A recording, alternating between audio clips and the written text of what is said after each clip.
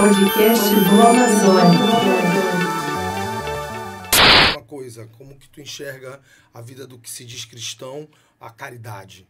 E a caridade silenciosa, não que sai por aí filmando que está ajudando o próximo. Para começar, é assim, nada é nosso. Então, você tem uma capacidade intelectual. Você tem uma capacidade relacional.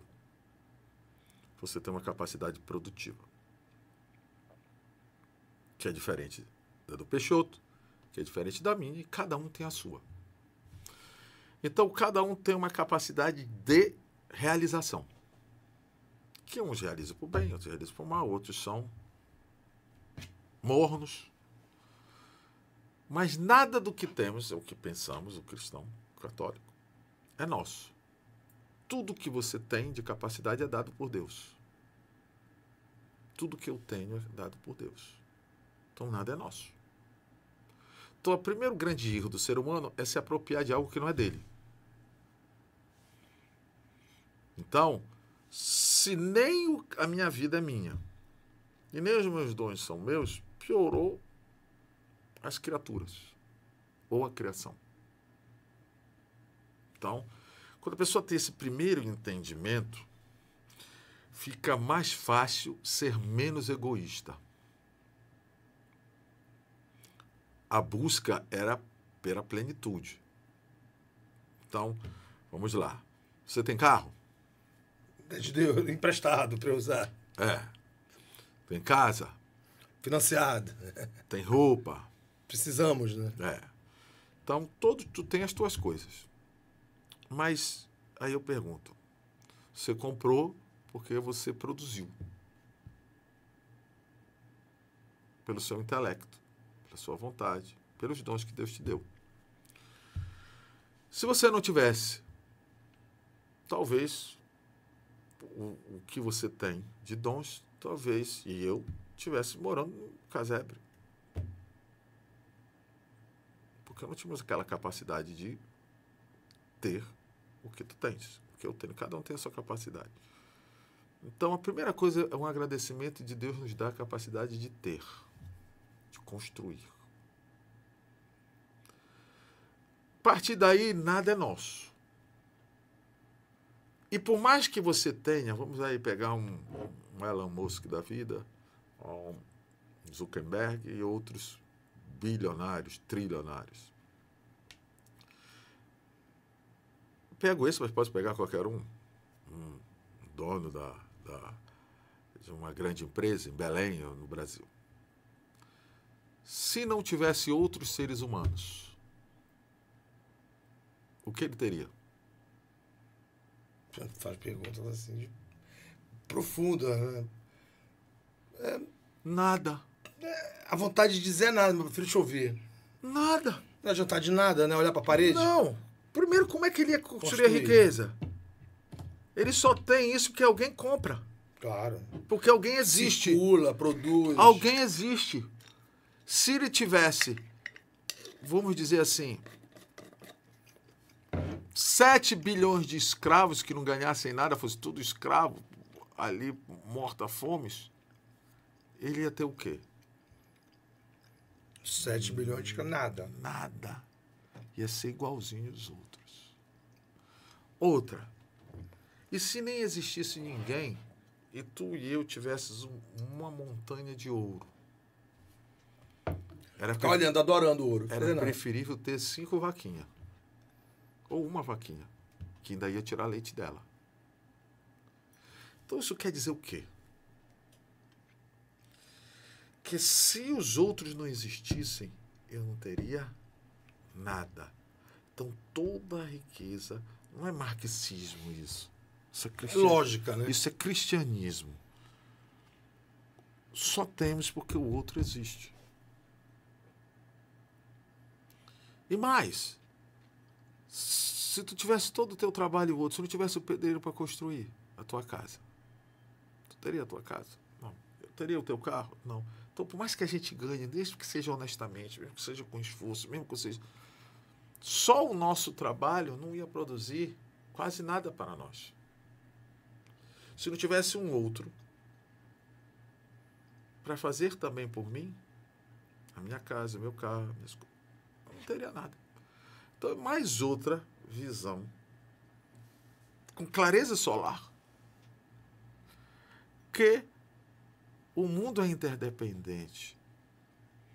E aqueles que têm mais capacidade deveriam trabalhar para que esta qualidade, pelo amor, mas o grande problema do ser humano é a vaidade e o sorver de bens incessante. Então, o que é a caridade? A caridade é... Por isso que todo conhecimento deve ser repartido. Todo tipo de riqueza deve ser repartido. Não porque... Agora, calma, que São Paulo já dizia, quem não trabalha não come. Mas isso não vai fazer com que leve os outros a se acomodarem e não fazerem nada. Então, o que é a caridade? A caridade é repartir os dons. Que nós temos muita dificuldade de repartir os dons. Não como assistencialismo. Não é o assistencialismo.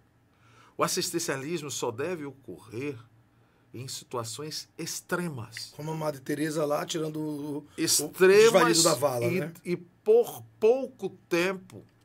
Transitório, né? Porque o segundo passo é o anzol. Prepará-los para que eles possam, com dignidade, se sustentar. Então, é isso que deveria ser o mundo. Promover o trabalho. Então, todo assistencialismo vira ditadura. Ou vira uma degradação do próprio ser humano em não fazer a sua parte. Santo Agostinho já dizia assim, para nos criar, Deus não precisou de nós. Mas para nos salvar, precisa. Porque se você não fizer a sua parte, é como se Deus pega e abre a gaiola. Mas se o passarinho quiser ficar dentro da gaiola, inerte, parado, ele vai continuar preso. Então, a caridade é exatamente isso. Promover o outro, sabendo que nada é nosso. Porque não existe para mim caridade enquanto a pessoa não entender que nada é nosso, tudo é dom de Deus, ele não partilhará. Porque ele se apropriará. Então, eu me cobro. Olha, eu estou longe de caridade. Olha que a palavra é do servidor. Por quê? Isso é uma verdade, não é socialista. E olha que o meu viés é liberal na economia. E de direita. Conservador nos democracia liberal, né? São as nações que prosperam, né? A ética protestante, o espírito do capitalismo, do grande Max Weber. E olha, né? que a minha tendência é, mas eu não posso deixar de entender que eu não sou completamente de um Estado totalmente liberal. Porque tem circunstâncias em que eles precisam ser tirados momentaneamente de um Estado que eles não vão conseguir sozinhos. E aí que é a caridade. A caridade é exatamente você tirar do seu livremente, que não é seu. Por isso que se você não compreender e eu não compreender que nada é nosso, por mais que eu tenha feito a força, porque por mais que eu tenha conseguido, a minha força de vontade, até Deus me deu, ela não é natural só. Existe uma força espiritual que vai te dar a tua força de vontade. Então, quando a gente compreende que nada é nosso, aí a gente começa a parte... Te lembra da partilha, da multiplicação dos pães? Sim. Mas não foi multiplicação. Foi divisão. Ele pegou o que parecia pouco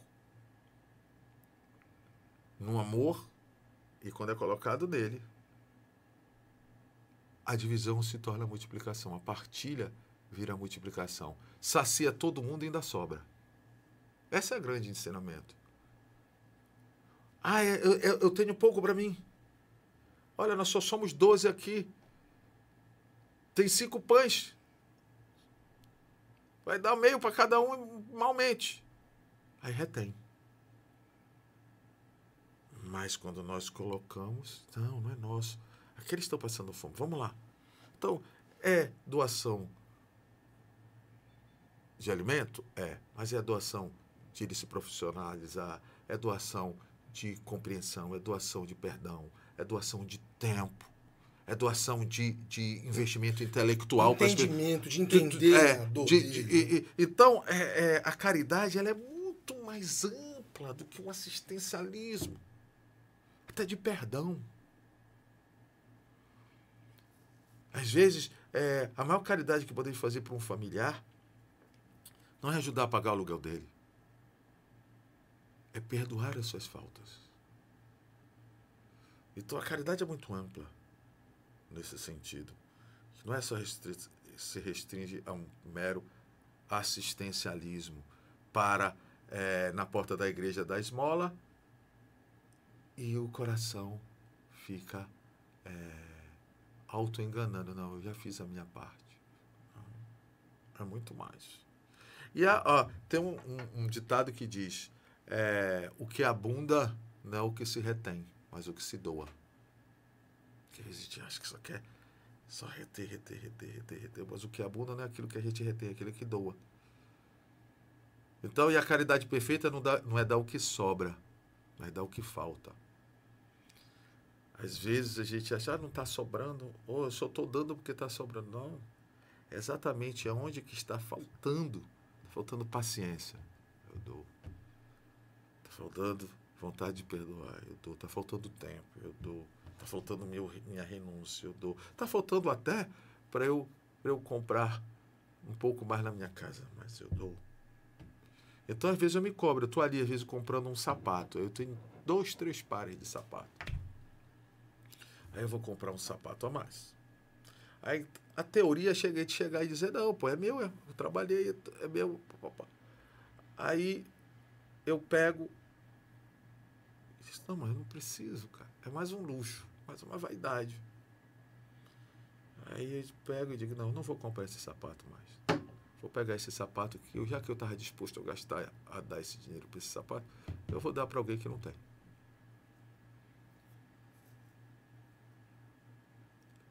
Não como assistencialismo, mas como uma verdadeira... Um cara que não tem sapato mesmo. E que naquele momento ele precisa de um.